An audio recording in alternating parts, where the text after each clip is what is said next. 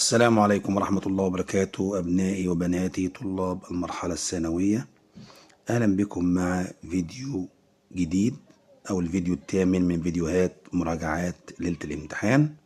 إن شاء الله في صندوق الوصف هتلاقي رابط لكل فيديو تبدأ تستفاد. إن شاء الله الجمعة الجاية هيبقى فيديو دسم جدا، هنقعد مع بعض نناقش كل صغيرة وكبيرة ونستعد للامتحان بإذن الله. يا ريت ما تنسوش إن شاء الله الجمعة القادمة. النهاردة هنركز في فيديو النهاردة طبعا من كتاب العمالقة، إحدى الكتب القيمة جدا. برضو هنتكلم النهاردة على القصة ونشوف مع بعض. العمالقة عامل لنا حاجة اسمها themes of the novel، موضوعات الرواية. طبعا بعد ما نشوف مع بعض تحليل ايه الموضوعات اللي القصة بتاعتنا ناقشتها، طبعا هنشوف بعض الأسئلة المهمة من تجميع مصادر كتيرة جدا. يا ريت كل يستفاد بالفيديو ده ويضيفه للفيديوهات السابقة. وعلى بركة الله نقول بسم الله. أول حاجة عندي الأمبشن، موضوع الطموح طبعا ذكر في القصة. أول حاجة بيب الناريتور بتاعنا طبعا الولد أو الراوي بتاعنا بيب كان ambitious أو has ambitions، كان عنده طموحات. طبعا he wants to be a gentleman، طول أحداث القصة كان عاوز يكون gentleman well educated wealthy and marry Stella، ويكون طبعا مثقف تعلم جيد ويكون ثري. طبعا ده كله عشان ايه؟ يتزوج ستيلا. ستيلا is also ambitious to be rich and an elegant lady. برضو في القصة بتاعتنا شفنا ان ستيلا كانت طموحة ان هي تكون ليدي، طبعا السيدة طبعا مرموقة في المجتمع، غنية وتكون elegant lady، امرأة أنيقة. دي طبعا موضوع الطموح اللي ذكر في القصة. تاني حاجة الكلاس and society، الطبقية والمجتمع. when Bib first goes to Miss Havisham's house as a child، أول أحداث طبعا عرفنا لما كان طفل وأول مرة راح فيها المنزل الأنسة هافيشام. there is a clear contrast between Bib and Miss Havisham in class، فرق شاسع طبعا بين الطبقة الغنية الطبقة المرموقة، مس هافيشام الثرية، في تناقض اهو. وطبعا بيب الفقير. بيب starts off as a blacksmith، بداية حياته كان حداد أو apprentice، صبي حداد. and then he becomes a gentleman، مسافر طبعا وبقى راجل جنتلمان. موضوع آخر اسمه love، الحب. طبعا كل القصة عارفين إن بيب loves Stella at the first sight، من أول وهلة أو من النظرة الأولى. he was attracted and admired. ستيلا كان منجذب لستيلا وطبعا أعجب بيها وكان بيحبها جدا. ماجويتش loves and cares for بيب، برضو الحب طبعا هنا ان ماجويتش الكونفيكت او بروفيس كان بيحب مين؟ بيب، وكان بيهتم بيه ويرعاه. عندي موضوع الفريندشيب، الصداقة، وطبعا متمثلة في مين؟ في جو. جو is a loyal friend to بيب، طبعا جوز اخته جو كان صديق مخلص لبيب. he helped him with his debts، هو اللي ساعده في ديونه.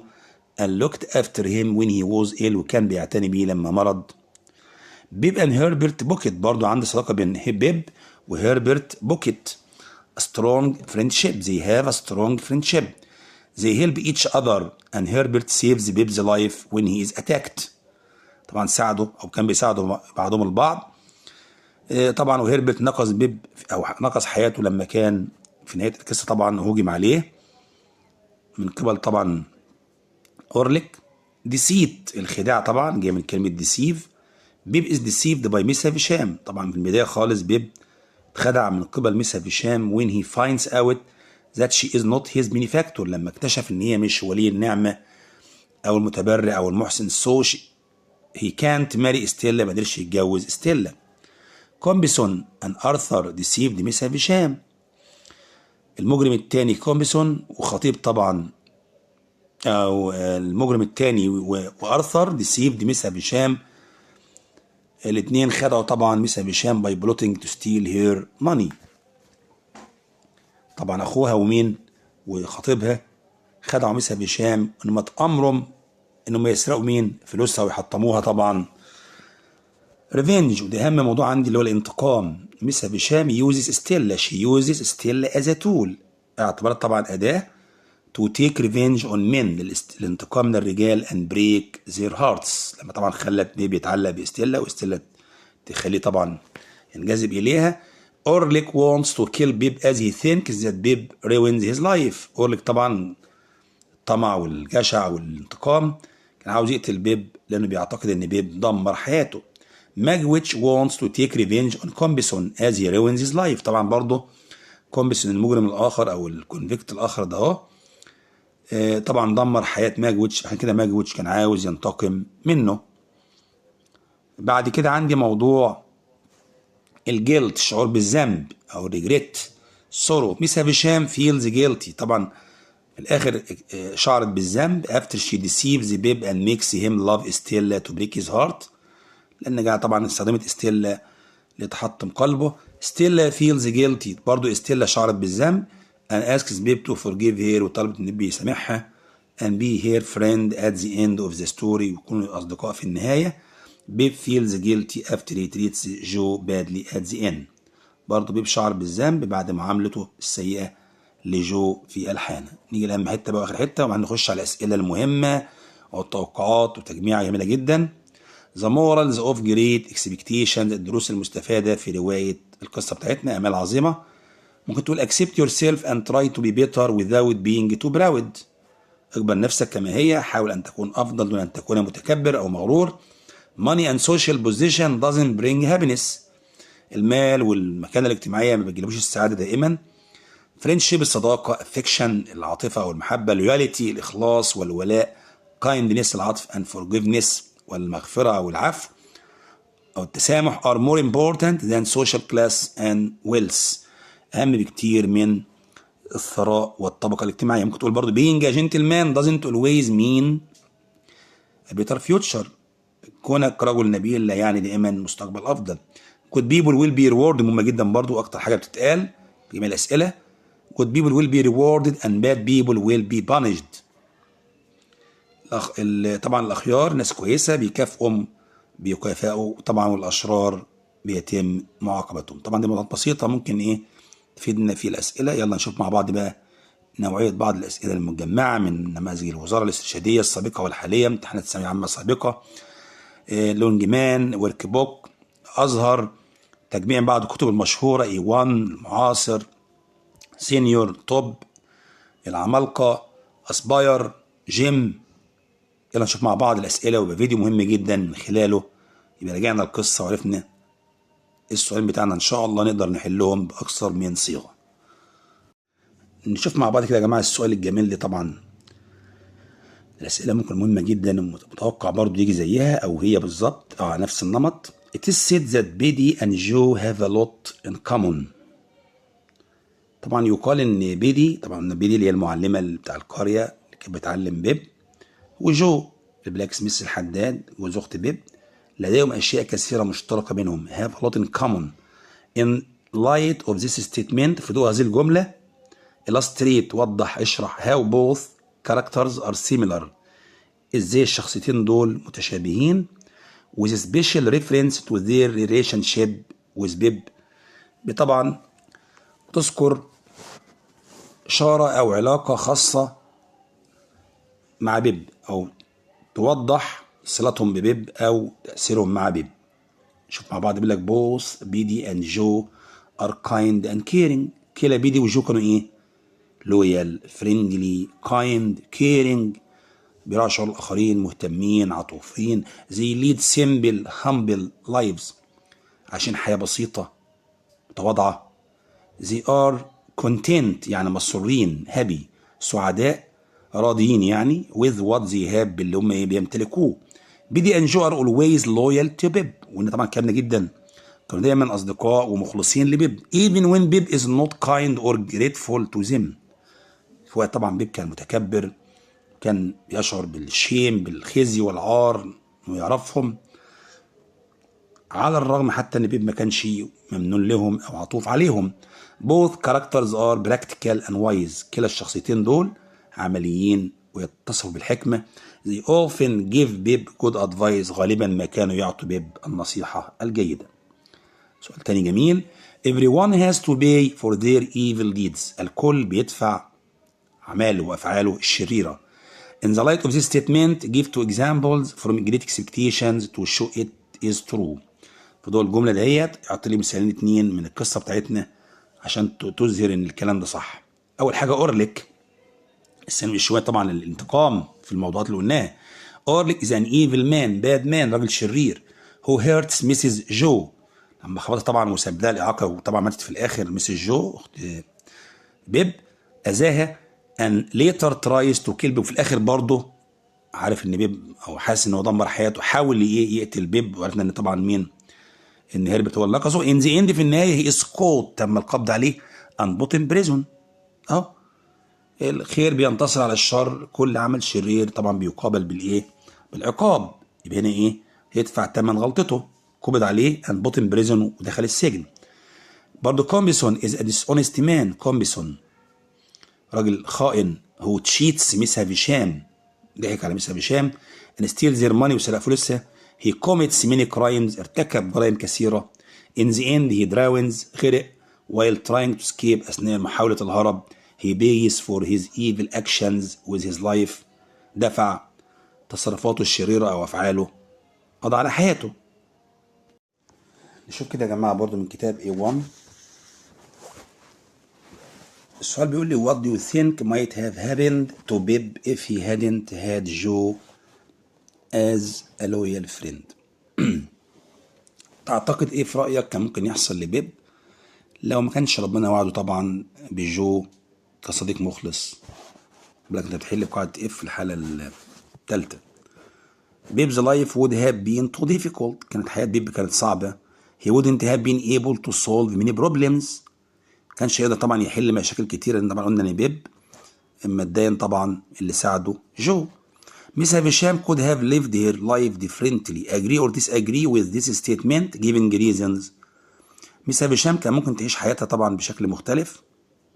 هل تتفق مع هذه الجملة ولا مش موافق؟ أسبابك. I agree.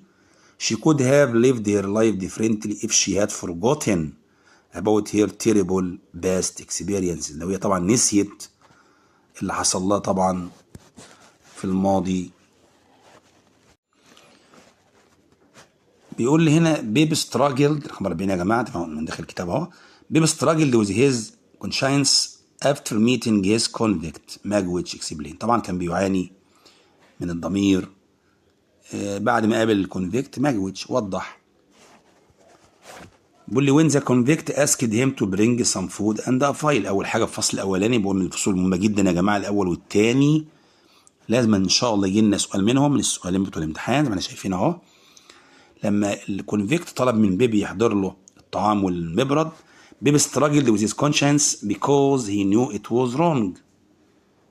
قعد بقى ضميره وجعه، عارف ان الكلام ده طبعا غلط. to steal these things and at the same time he was afraid of the convict. في نفس الوقت طبعا كان خايف من الايه convict. It is often said that BD is quite the opposite of Stella illustrate. غالبا بيقال ان بيدي على النقيض من استيلا. وضح. طبعا قلنا بيدي was kind and caring، انا حالا كانت طيبه ولويال وفريندلي وكيرنج وبتعرف الاخرين. she treated بيب well، كانت بتعامل بيب طبعا بشكل جيد and helped him، كانت بتساعده. ستيلا was cold and cruel، ستيلا كانت باردة وقاسية. she treated بيب badly، بتعامله بشكل سؤال غريب شوية عن الكاتب القصة. تشارلز ديكنز was a prominent social critic، كان ناقد اجتماعي بارز. explain in terms of his attitude to social class، اشرح طبعا بموقفه او بسلوكه او الاتيتيود بتاعه تبع طبعا المكانة الاجتماعية او مبدأه طبعا الطبقة والكلام ده. اللي جابه تشارلز ديكنز didn't like the unfair social system، ما كانش بيحب طبعا النظام الاجتماعي الظالم. he believed the people should not be judged by their class، كان عنده ايمان ان الناس ما يتمش الحكم عليها من قبل المنزلة او المكانة الاجتماعية او الطبقة. he showed the poor suffered how the poor suffered، وضح هنا طبعا ازاي الفقراء كانوا بيعانوا. and how the rich could be cruel or proud، والاغنياء طبعا ازاي يكونوا قاسيين ومتكبرين زي مثلا مس هشام وستيلا. he wanted people to see that kindness and hard work mattered more money or class، كان عاوز طبعا من الناس ان هي تشوف ان العطف والعمل الجاد هو الاهم باكثر، يشغل عن المال والطبقه. السؤال الثاني 41 we should never judge people by appearance mention to examples from the novel. يجب علينا ألا نحكم أبدا على الناس من المظهر. اذكر مثالين. Magwitch first appears as a scary criminal. خدنا طبعا من شكله حكمنا عليه ان هو ايه؟ مجرم مخيف. But later we saw في الاخر شفنا انه he is kind and helps بيب. كان عطوف وساعد بيب. برضو ستيلا looks beautiful and rich. من اول مرة جميلة وغنية. But she was cold and cruel. ولكنها كانت باردة وكانت قاسية و unfriendly.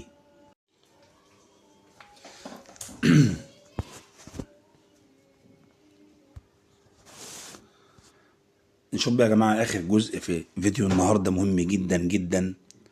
انت من خلاله طبعا تقدر تحل بأي سؤال يجي لك في الامتحان، اللي هو تحليل الشخصيات. طبعا بنشكر مستر سعيد، عامل طبعا حاجة جميلة جدا يا جماعة.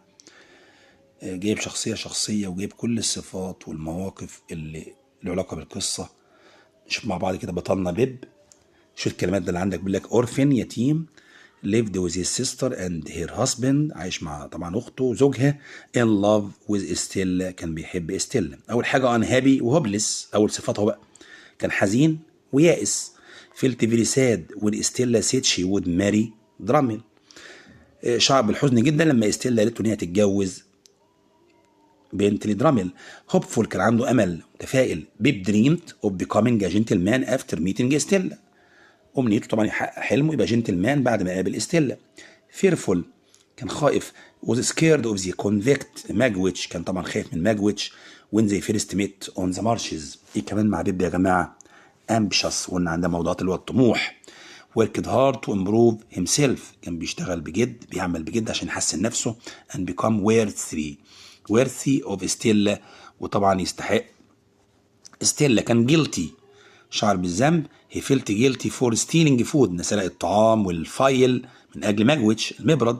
he felt guilty for treating جو and بيدي badly إن هو كان بيعامل بيدي وطبعا جو بشكل سيء. in love كان بيحب طبعا. he felt أو feel deeply in love with استيلا. قلت لك الكلام ده تفتكر القصة كلها وتعرف تحل أي سؤال. هو مهتم جدا بالجزء الأخير فيديو النهارده.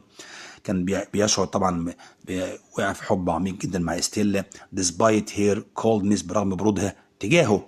ashamed كان بيشعر بالخزي والعار طبعا of being poor or common انه احد العامة او فقير. extravagant كان مسرف. lived an extravagant lifestyle اسلوب حياة طبعا في لندن. after receiving his fortune بعد تلقي الثروة. spending too much money and found himself in debt كان بيصرف فلوس كتيرة جدا وكان بيقع في غالبا في الدين. ungrateful كان جاحد غير معترف بالجميل. he asked if Biddy could teach Joe to speak better. طبعا but to his surprise she refused. طبعا هي رفضت لما هو طبعا طلب من بيدي ان هي تقدر تعلم بيبي ازاي يتكلم افضل. he was ashamed of Joe كان خجلان من جو and didn't want to introduce Joe to everyone there مش عاوز يقدمه لاي حد في لندن. on talking with Stella حتى كلامه مع ستيلا in the garden في الجنينة he decided not to see Joe again قرر ألا يرى جو مرة أخرى. طب كان جيلتي كمان for not visiting Joe and being extravagant هو كان مسرف شعر بالذنب ما كانش بيزور جو. disappointed كان محبط. heart broken محطم القلب when he learned that his benefactor was Magwitch لما عرف ان ولي نعمته هو طبعا ماجويتش وليس ميزا بشام. when Stella refused to marry him لما ستيلا رفضت تتجوزه. كان جريتفول وهيلبفول كان مساعد وكان معترف بالجميل انه هيلبت بروفيس تو سكيب ساعد ماجويتش على الهرب. هي سيفد ميسا بشام نقص ميسا بشام after a spark from the fire had fallen on her wedding dress لما طبعا شعلة من المدفأة وقعت على الفستان الفرح. he took his thick coat off خلع البلطو and used it to cover her يغطيها and put out the flames ويطفئ سنة اللهب. ايضا he used some of his money استخدم بعض فلوسه to help a merchant called Mr. Clarker يساعد تاجر اسمه مستر كليركر with his business to give Herbert a job in return عشان طبعا عوضا عن ذلك يعطي فرصة وظيفة لهربرت. he practiced rowing to help Provis escape مارس التجديف يتعلم ازاي يجدف عشان يساعد بروفيس على الهرب. حاجة جميلة جدا والله يا جماعة مهم جدا جدا. نشكر مستر سعيد على هذا العمل الجيد جدا. observant كان قوي ملاحظة. intelligent كان ذكي. intuitive محب الاستطلاع. بيب noticed that أدرك إن ستيلا لوكد لايك مولي ألوت، شكل مولي بالظبط.